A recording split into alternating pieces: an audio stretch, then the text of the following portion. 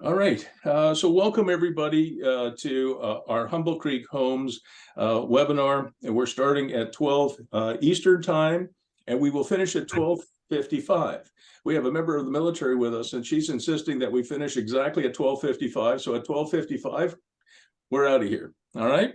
So again, welcome everybody, and I'm glad you're here.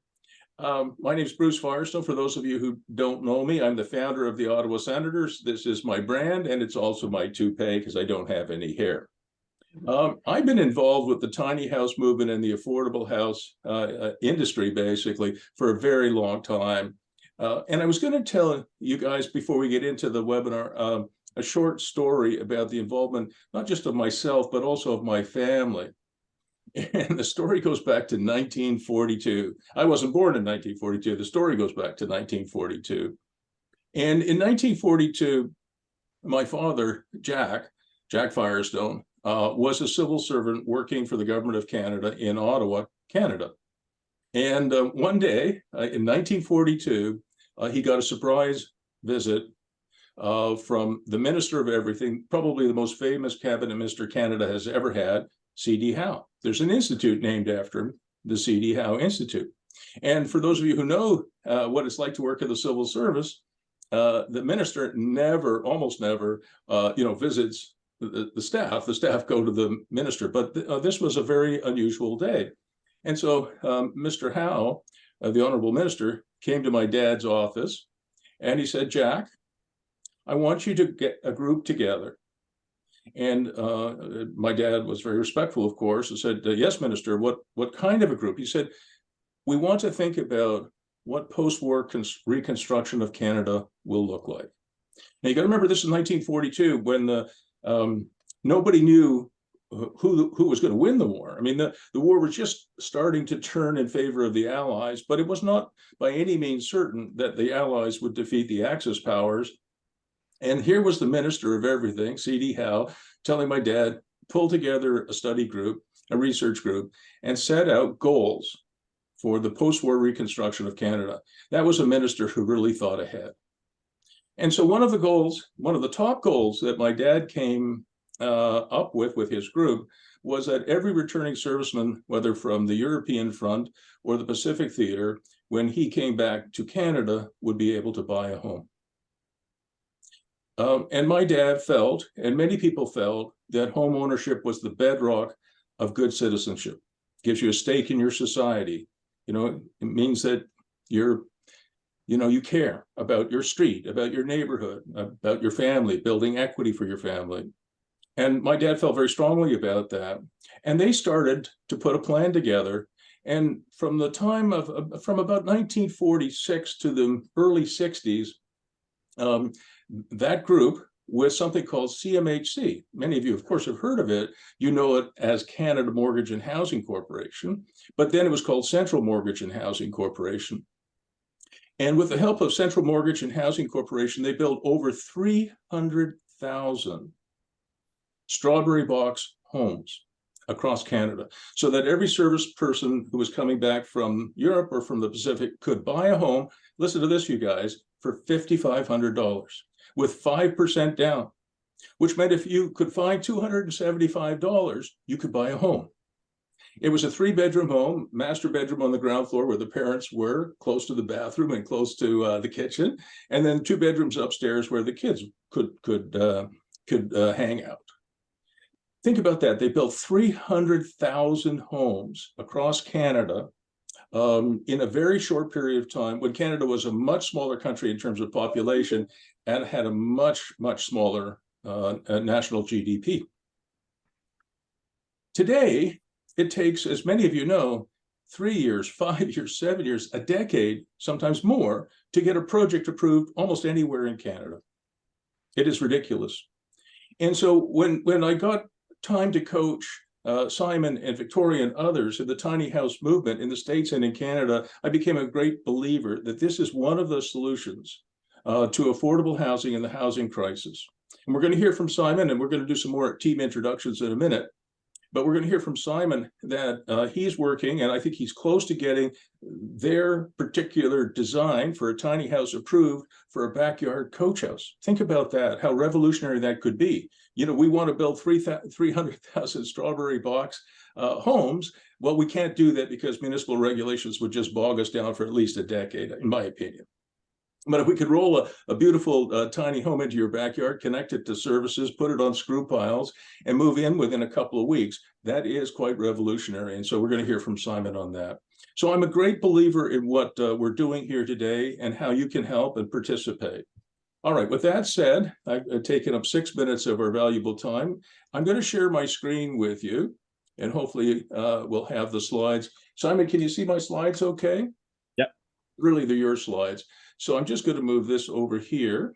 And what I was going to do is I'm going to turn it over to you. And Victoria, we're going to hear from you in a few minutes too. Well, perfect. Welcome, everybody. And thank you, Bruce, for the great introduction. And also Victoria for joining us to speak today. Again, my name is Simon. I'm with Humble Creek Homes, one of the owners and founders. We have a background. We started from general contracting into home improvements and finally decided to focus on the tiny homes when we saw the trend growing, when we saw the bylaws come in, and we just saw the versatility of these units. So it almost made sense to get into the industry and to start the working with governments to get these approved for our communities.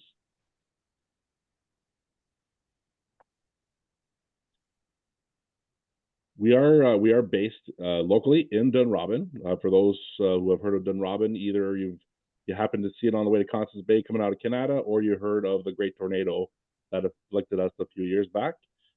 We also have great local suppliers for all we do, and great facility where we fabricate our tiny homes right in Dunrobin. Simon, do you know who the biggest developer in Dunrobin is? I believe it was Mr. Bruce Firestone back in the day. I built most of the homes in Dunrobin and most of the commercial as well. But for everybody on the call, it's pretty easy to be the biggest developer in Dunrobin since I'm practically the only one. So we have been working with local governments, both with the city, with the township, and also reaching out to the province. We can confirm just over the last 12 months that the city or the township of Rockland, Clarence Rockland, has allowed us to do tiny homes through the Garden Suite bylaw. And these tiny homes on wheels can stay on the wheels, just connecting to the services.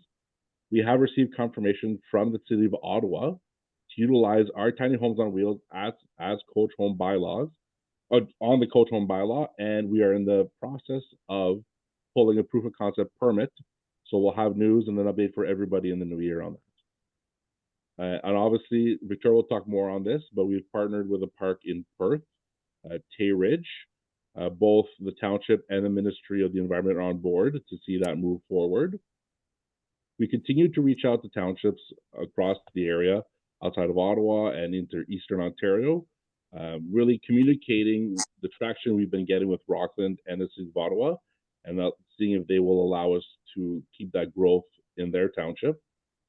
On the export side, we are getting some traction and some interest from a few retailers and builders on the state side, which is great. And we also do have a product, it's more on the entertainment side that will utilize tiny homes. But Bruce, I think we'll pause it there. We're not going to give too much away on that new venture.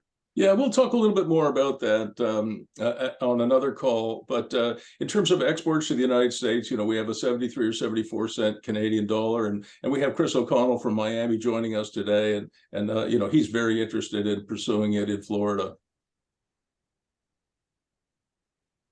Victoria. Yeah.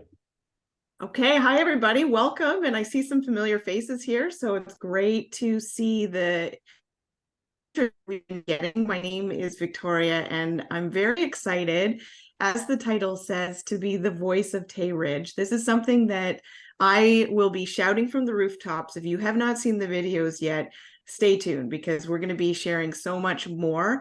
I love how close that I am. I'm actually on the West End, so I'm a stone's throw from Dunrobin, and Perth is quite close to me. So not only will this be the first tiny home community created in Eastern Ontario, but this is really going to solve so many problems that people are having right now when it comes to affordable housing, but without compromising on the quality. And for me, on a personal side, and I so appreciate Bruce sharing his story this morning or earlier, is that I have an 11-year-old son, and 2 years ago, we were relocated here to Ottawa and separated from leaving my parents, his grandparents behind in Nova Scotia, knowing that there was no way that they could follow us here because of the cost of housing is just too expensive. And I feel so strongly about this community that we are going to be creating that I personally sent this link to my mother, who will be watching this webinar and looking into actually moving out here to Perth for the tiny home community, because it just fits perfectly when you think about living on income that is much more locked in. And so there's so many versatility ways that we can incorporate this type of community. And what we're doing is it represents, to me, my family hope, as well to a lot of other people, with the chance that we can grow it. So I want to talk a little bit. You can see this picture here, and I don't know if Bruce can do a little cursor over top. Thank you, Bruce. So this is Tay Ridge.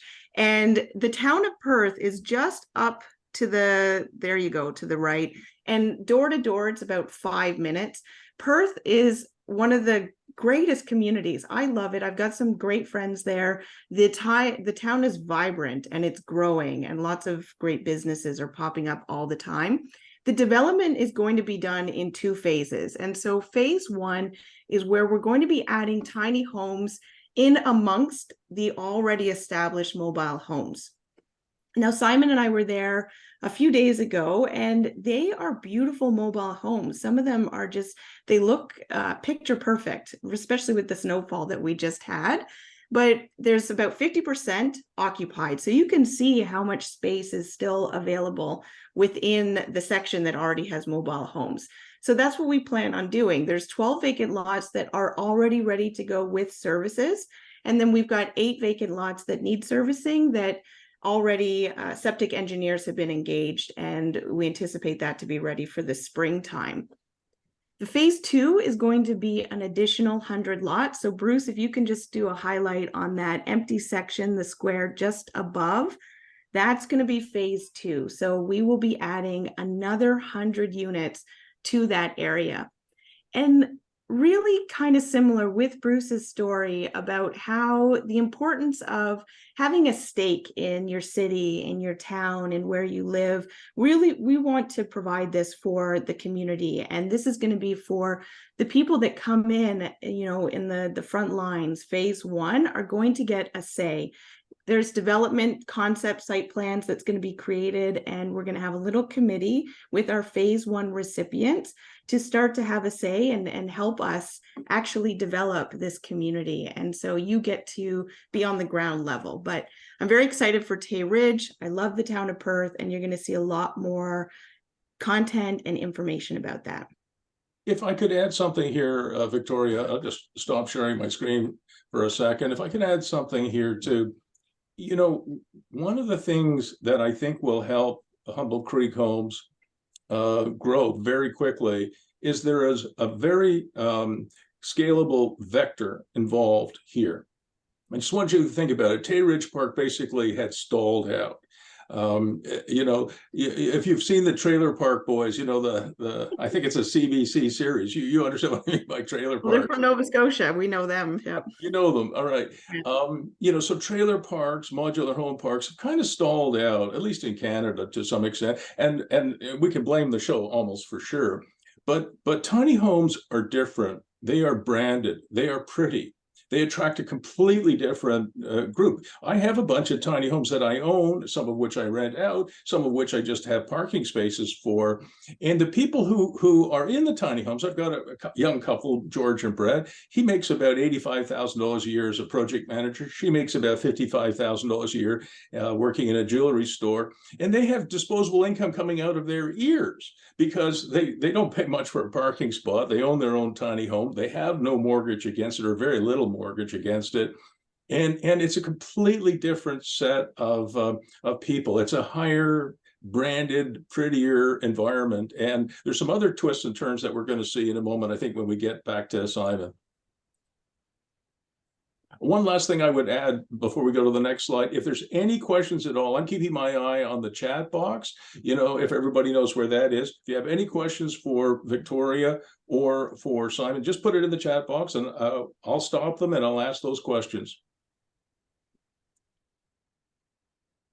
Yeah, so you're really starting to see finally a mind shift from, I don't want this in my backyard, not in my backyard, I don't want to see it, to, you know what, this is something crucial for our community. This is something that's going to be advantageous.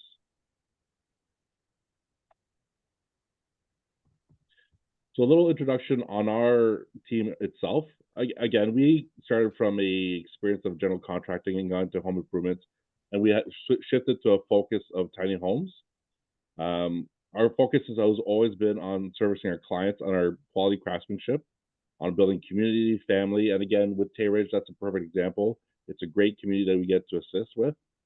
And we've always been about less is more, minimalist, live within your means, and that reflects within our company. And again, a saying that I learned from Bruce, and I say almost twice a day now, less house, more life. And it really is true. So what we have here is we got Simon, the family, Pat Lamoth and this family, and who are these nice people? Yeah, we have Steve and Simone, our current foreman, and beside all the way to the right is Ethan, our project manager, and you'll recognize the lady at the bottom with her husband Jeff and son James, and you'll also notice the gentleman at the bottom right. You might recognize him as well.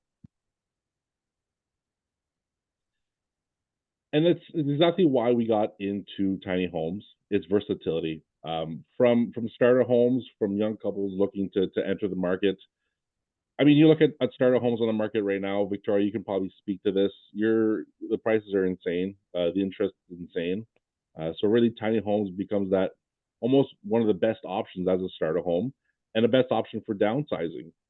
You'll have parents where all the kids move out and their home is too much home for them. So they're looking for new versatile options. And on the investment side as well, we've had a lot of feedback actually about Tay Ridge. A lot of people saying, where can I get a rental? What are going to be the rental options? So this is where there's a great opportunity for investors to come in, install tiny homes, and have a lot of traction on the rental side.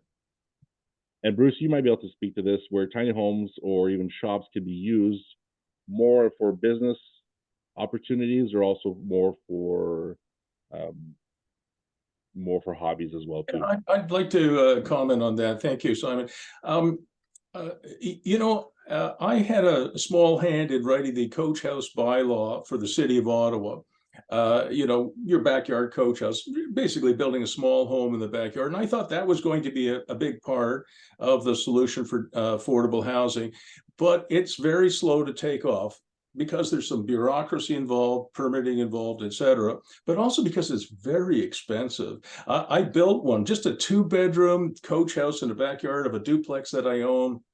It's a small 2-bedroom coach house in the backyard, less than 1,000 square feet. And when I tell everybody on the call what it costs to do that, you're going to freak out. It was $327,000 to build a house in the backyard. By the time you put the footing and foundation on, you stick build the home, you connect it to services, you do your site works, you pay your design fees and your building permit fees and other expenses, $327,000. So I like the coach house or the back lane house or whatever you want to call it, but or laneway house, I think they call it in Toronto. But it's slower to happen than I thought, and it's more expensive. In terms of the commercial use, there is an entertainment use for these, which we're not going to talk about on this call today, but LVSO is on the call today with us, and many people are doing glamping sites and other kinds of things, and the units that they're going to use, Simon, will often be tiny homes, because especially the tiny homes that you're designing, which I think are the best in the world today, even compared to some of the big firms in the United States like Tumbleweed and Sprout. So people like Elvia might be able to use your designs and your units for her glamping business. I think it makes a lot of sense. Mm-hmm. So this is where we wanted to design a primary model that would meet both Ontario Building Codes and CSA. And we wanted to make sure it fit those two so that we start eliminating barriers.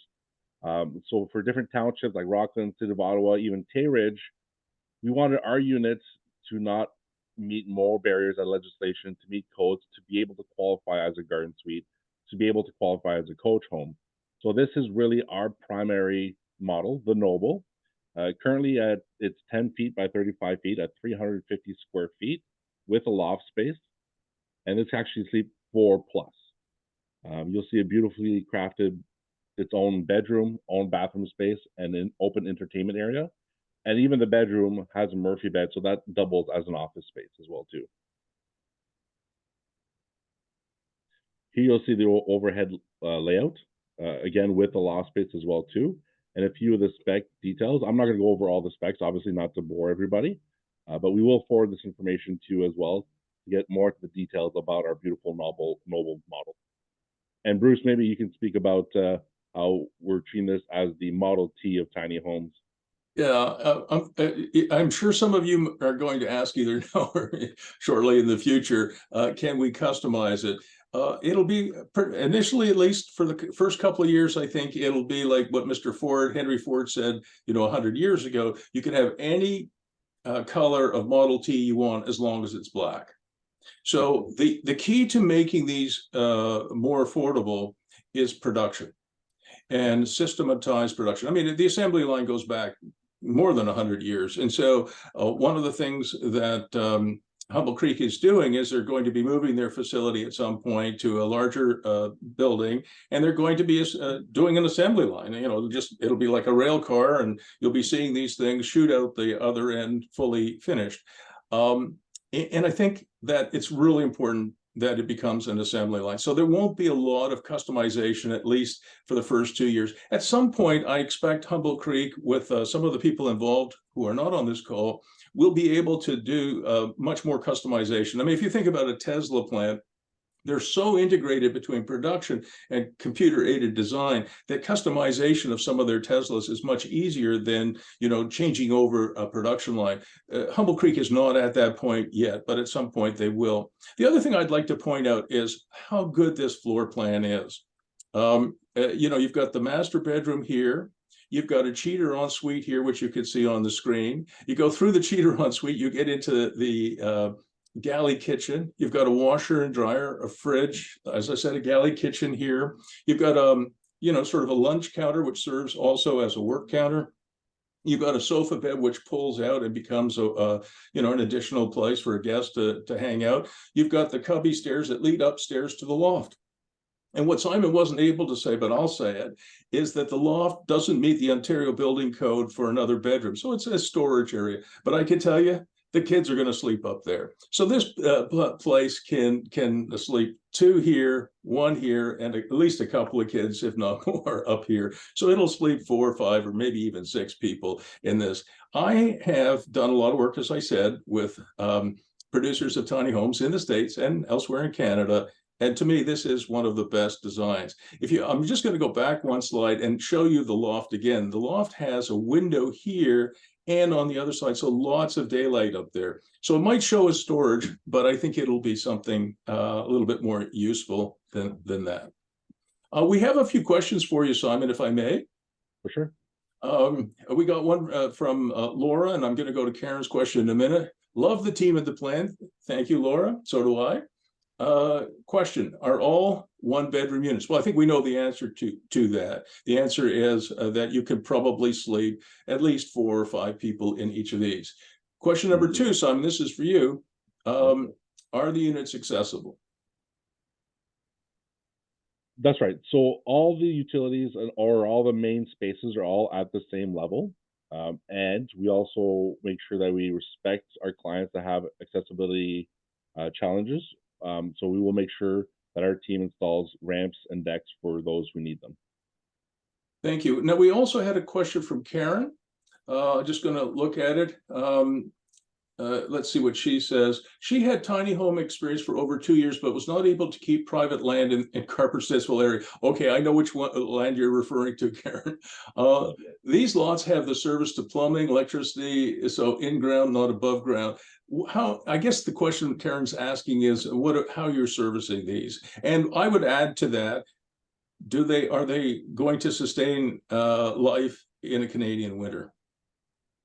That's right. So the service is currently, for example, at Tay Ridge, all underground, all meeting the standards for a Canadian winter, really a harsh winter, with water, waste, electrical. If we do get these installed as a coach home or garden suite within the city of Ottawa or Rockland, we have a team that will install all their services connecting to the primary, making sure that all, water and waste do have insulated channels, have the heat trace, proper connections for wintertime, and it will all meet city and township standards. Thank you. I'm going to comment on this. I talked a few minutes ago about how tiny houses were a different kind of brand than trailer parks or modular home parks. But another key difference, because I have a lot of experience in this, is adding to Tay Ridge or other parks as we go, these small workshops. The workshop that you see here on the left of my screen is a workshop that I actually purchased from North Country Sheds. It's a small manufacturer of workshops and sheds in Smith Falls, a small town in Ontario. And Ontario now allows you to have sheds or backyard workshops, maximum size 15 square meters, which is 161.5 square feet. This thing here happens to be exactly 160 square feet, so just slightly under the allowable maximum. And it's insulated. It has a reverse cycle heat pump in it. These are fantastic little buildings. So the idea of Tay Ridge is to convert it from a trailer park or a modular home park to a tiny house town, where it's not just live, but it's live and work. Think about how many people you guys know on this call, and people who will watch this afterwards, who have side hustles. Some of my kids have side hustles. My side hustle is coaching.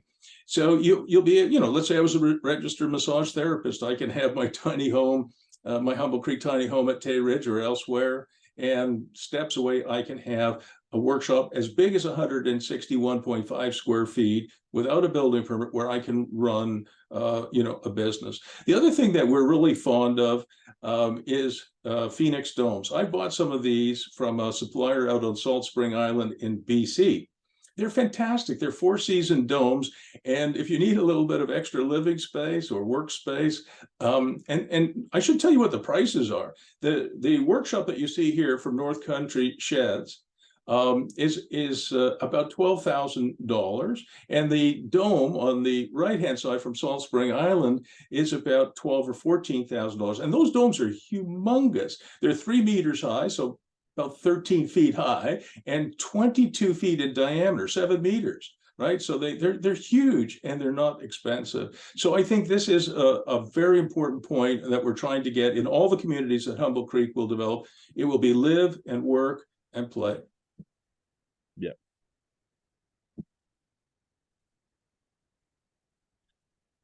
So this is where we wanted to get our community in to further discuss our path forward as a company and our initiatives with the tiny homes. We're looking to, the demand is growing quite rapidly, especially since we last announced our Noble, the model, our primary model of the Noble. So we're looking to meet that demand. We're looking, obviously, like Bruce mentioned earlier, expand our current facility to be able to meet the demand of both the Nobles and future models that we're going to have. Let me just move over my screen because I seem to see half of the slide. We're also, and Tay Ridge really will be our first initial model of converting to a tiny home village. So we're going to be looking to duplicate that model across the province to other mobile parks that are looking to transition towards tiny homes. And we'll always have a look to help our community and charitable organizations. So we're going to be looking to expand our focus there as well too. And with the demand for more homes and expansion of our facility, Obviously, also we're looking at the expansion of our team as well, and to access the newest technology for our designs as well.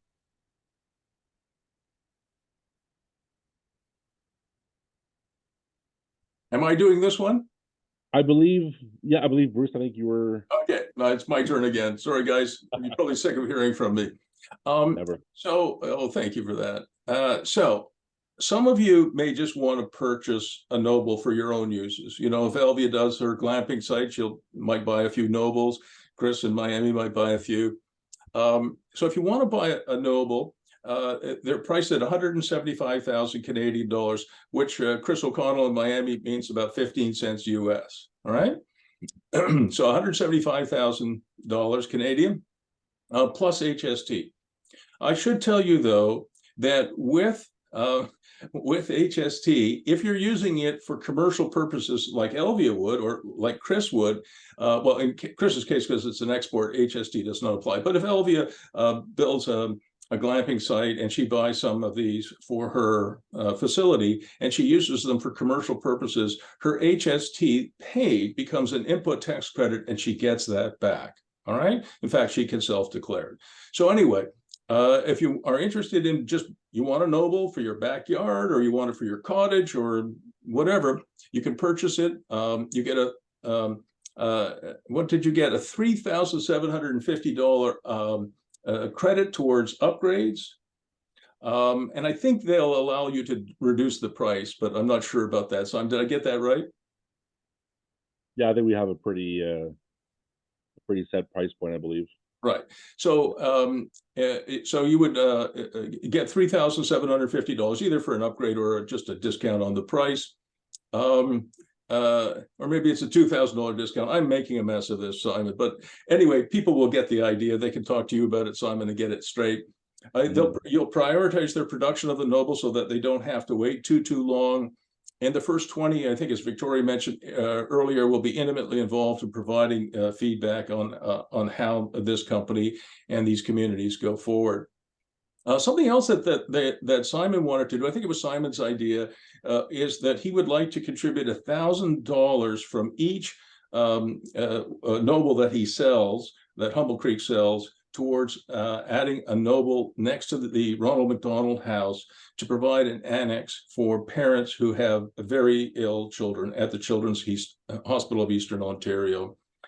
If you want to invest in the company, that's something you're thinking of doing, you could consider a $50,000 loan to the company to help them expand. It's a 2-year loan. 12% interest in the first year and 8% in the second year. We're all hoping that interest rates will go down in the next 2 years. That entitles you to a $7,500 coupon if you buy a Noble. You're going to enter into a draw for $3,750 in applicable upgrades. You'll be a VIP for updates. And at some point in the next 2 years, if Humble Creek does what I think it does, which is it grows to quite a large company, you will be given the option to convert that to equity if you want. But if you don't want to, you just get your money back after 2 years. So there you go. Those are 2 opportunities. And if you don't like any of those opportunities, but you do feel like contributing something to help kids and their parents, and you feel like you would like to make a donation, you could make a donation to the Children's Hospital of Eastern Ontario. And if it's in your personal name, you'll get a tax receipt for that. And once we have 175 of those, which I think we'll get, we're going to buy or supply a Noble to Ronald McDonald House and, sleep 4 or 5 people in addition to what is already taking place there. Something else that's very important is most people ask me, can you finance tiny homes? And if you talk to your mortgage broker, he or she may say no, but that is not accurate. I want you to think about an RV. Let's say you guys bought an RV. My wife and I, before we started getting into tiny homes, we thought about buying an RV until we found out that RVs don't work below -3. And I talked to any number of RV distributors and manufacturers. I said, how come you're a Canadian company and below -3 or -4, these things freeze and don't work? Well, that's the way it is. Well, to heck with that. We were not buying RVs, we were buying tiny homes, and some of which we use ourselves and some of which we rent out. But Canadian Financial, which is run by Patrick Labreche, does provide options for financing. And I know because they've done some for me. And I think they did a 90% loan to value for one of the tiny homes I bought, and it was with the Royal Bank of Canada. And it's not cheap financing; it's 8 or 9%, but that's not that bad in today's environment. So if you're a retail consumer like myself, you can get up to 90% loan to value through Canadian Financial. It was no hassle. You apply and they just do it. But if you're buying, as maybe Chris might or Elvia might for commercial purposes, and you're buying 3 or 4 or a dozen of them, they also have some options there. And again, think about how many boats or how many RVs or cars or trucks would be sold if there wasn't financing available. And because tiny homes have VIN numbers, vehicle identification numbers, they do qualify for this kind of financing. So if you're interested, Simon and Victoria and I can put you in touch with Canadian Financial and you can get some financing, which really does help. Victoria, your turn. Thanks, Bruce. And the financing option is amazing because that is one of the biggest barriers for people, especially business owners as well, getting mortgages these days. And so being able to have that avenue is great. And so if you know me, you know feel good investing is really important to me. I've really pivoted over the past couple of years into projects and opportunities that make me feel good. And what I just really wanted to make sure was highlighted that in the short amount of time that we've introduced the Noble, we've introduced the tiny home community, all the opportunities, this is just such a tiny snapshot of the positive encouragement and feedback that we've been getting from people across all channels. And I highlight even TikTok, where this has really popped off. We're almost at 16,000 views for one of our videos, hundreds of comments, all of them positive. So if you want a baseline for what society thinks, go to TikTok because they're brutally honest. And we've just had an overwhelming amount of support. So we thought that that was really important to highlight because this is such a new initiative. And so having a little bit of that proof of concept is going to be really important. Colin asks a really great question. Does this classify as a mobile home? Simon, does it qualify as a mobile home? No, it does not. It really, when the tiny homes first started, they actually just qualified as RVs, but that actually qualifies as a dwelling, especially in a situation where you're using them as a coach home in the city of Ottawa. With the specific methods of footings that they're requesting, it comes down to becoming a fixed dwelling. So I think the answer is no and yes. So Colin, if you have a moment, we have a few minutes left before we quit at 12:55. Colin says there are other financial options. And Colin, if you feel comfortable doing it, can you put that in the chat box? Because we will follow up. Because I do think that what Simon said, you put these on, screw piles, they become permanent fixture. You don't have to take the wheels off, just jack them up, put them on screw piles. They're now fixed to the ground. I think they will, especially at the size, over 400 square feet, they will qualify as a mobile home. So if you don't mind, put some notes in there and we'll follow up on that. That's very helpful. Thank you, Colin. Can I just chime in because it would take me an essay to type it out? As a mortgage agent in regards to this, if it classifies as a mobile home, which is, yes, it's permanently hooked up in regards to that. Yes, mobile homes and tiny homes would typically be lifted off their wheels, so the weight is not bearing on that one. If that's the case, there are lots of lenders out there. Not all the main lenders, but Scotiabank, for instance, actually will do mobile homes.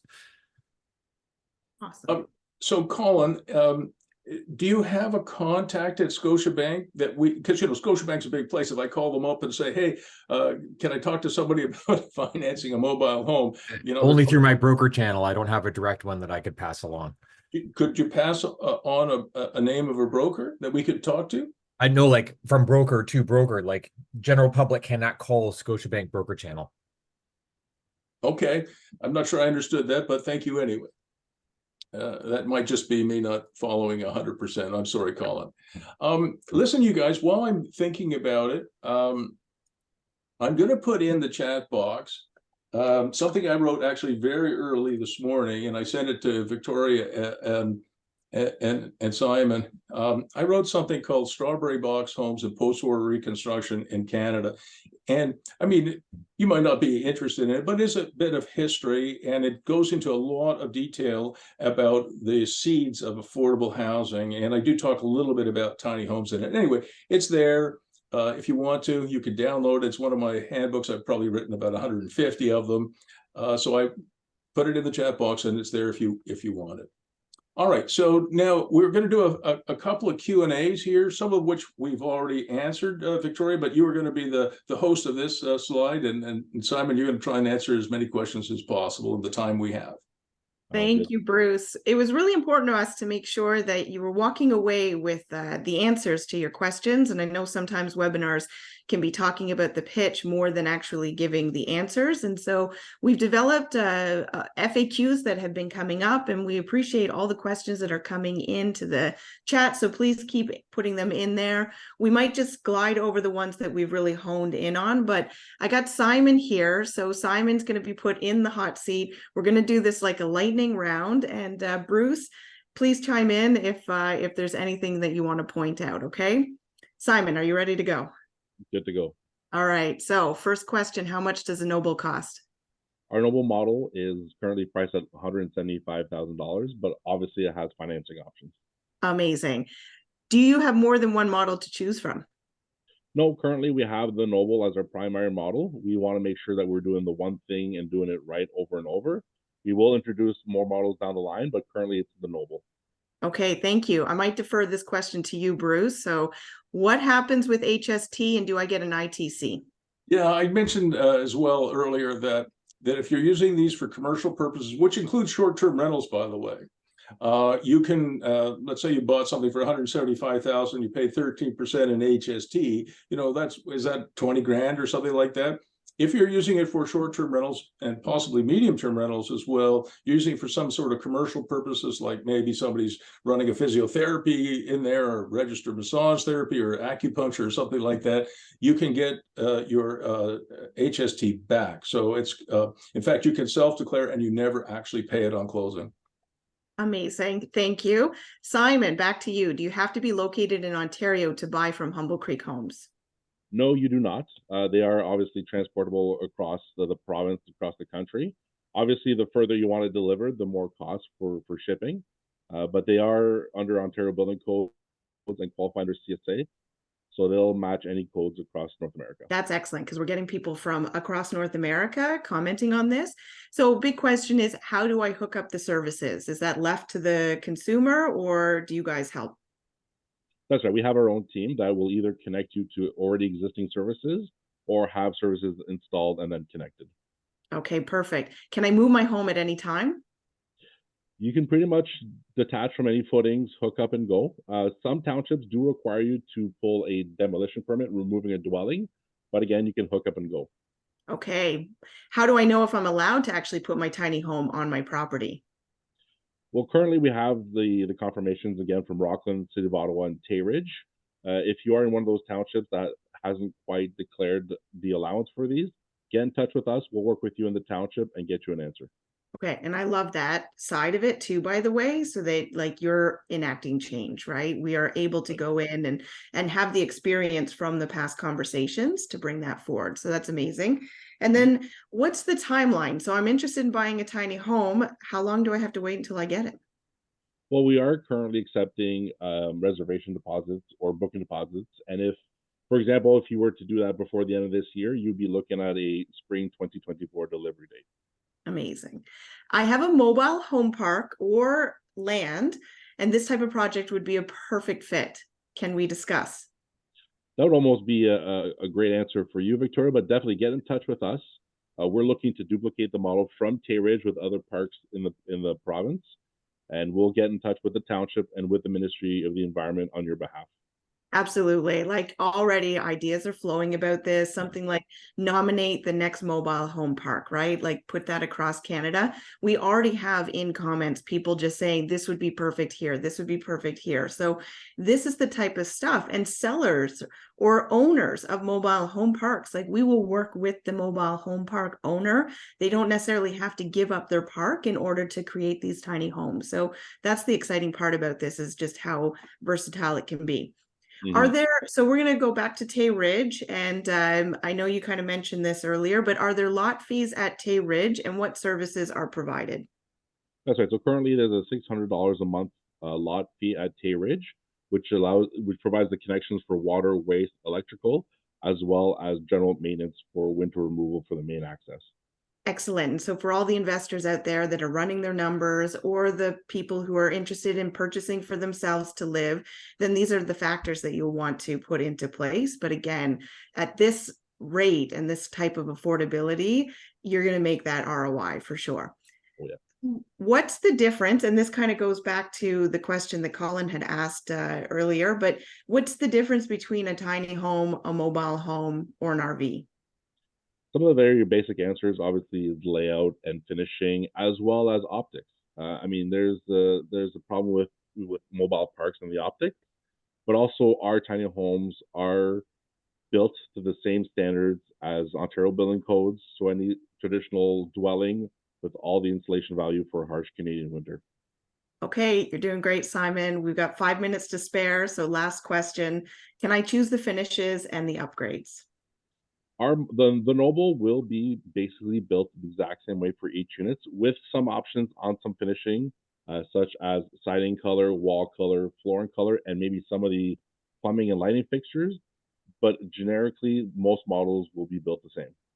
Okay, perfect. Unfortunately, you're not out of the woods yet, Simon. We have a few more questions for you. Is there Tarian warranty on new tiny homes? That also depends on the township. We've seen Rockland claim it does not.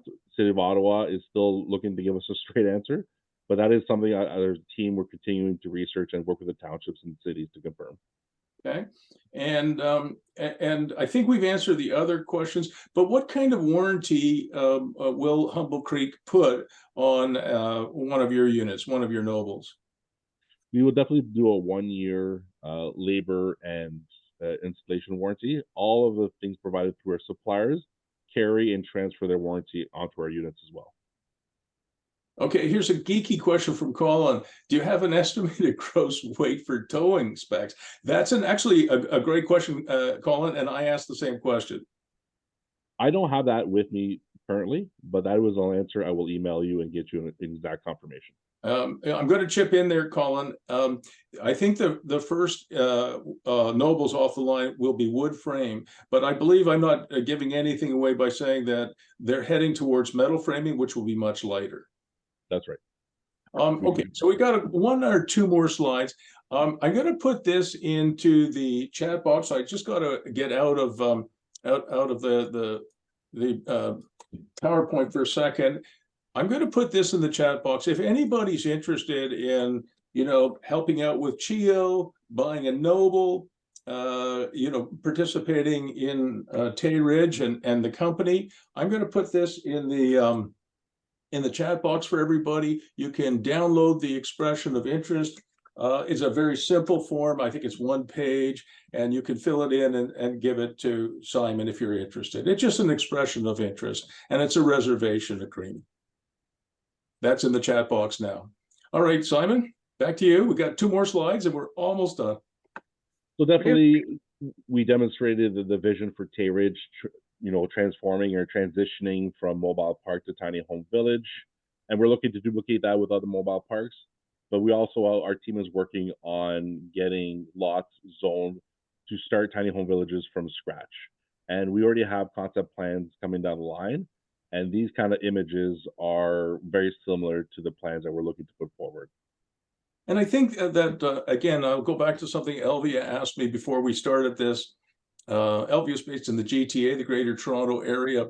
She asked me, will these communities be very monotonous? And if you look at the picture on the left, there's a lot of similarity one unit to the next. And you look at the picture on the right, there's quite a bit of diversity, So if I had a choice, I might choose the community on the right. But Elvia, the really key thing here is that anything that the guys at Humble Creek do, the men and women at Humble Creek do, will be obviously Nobles, but will also include things like workshops, extra living space in domes, what I call a playland, community gardens or backyard homesteads.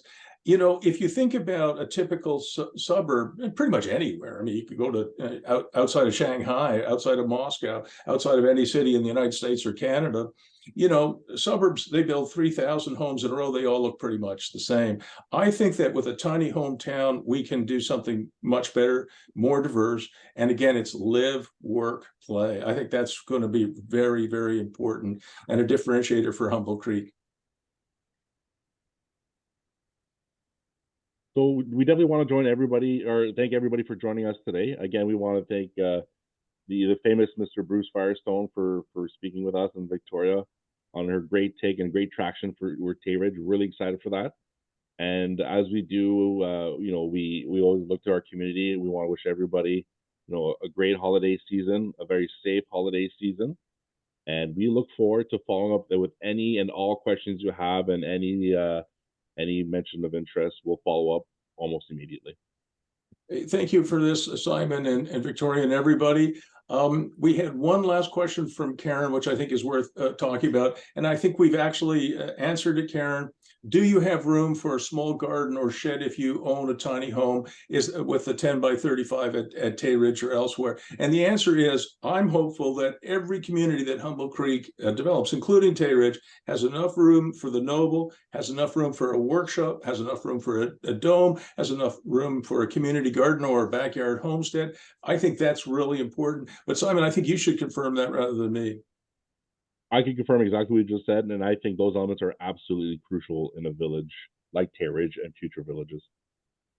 All right, so we did it with 4 minutes to spare. Victoria, what is your rank in the Canadian military?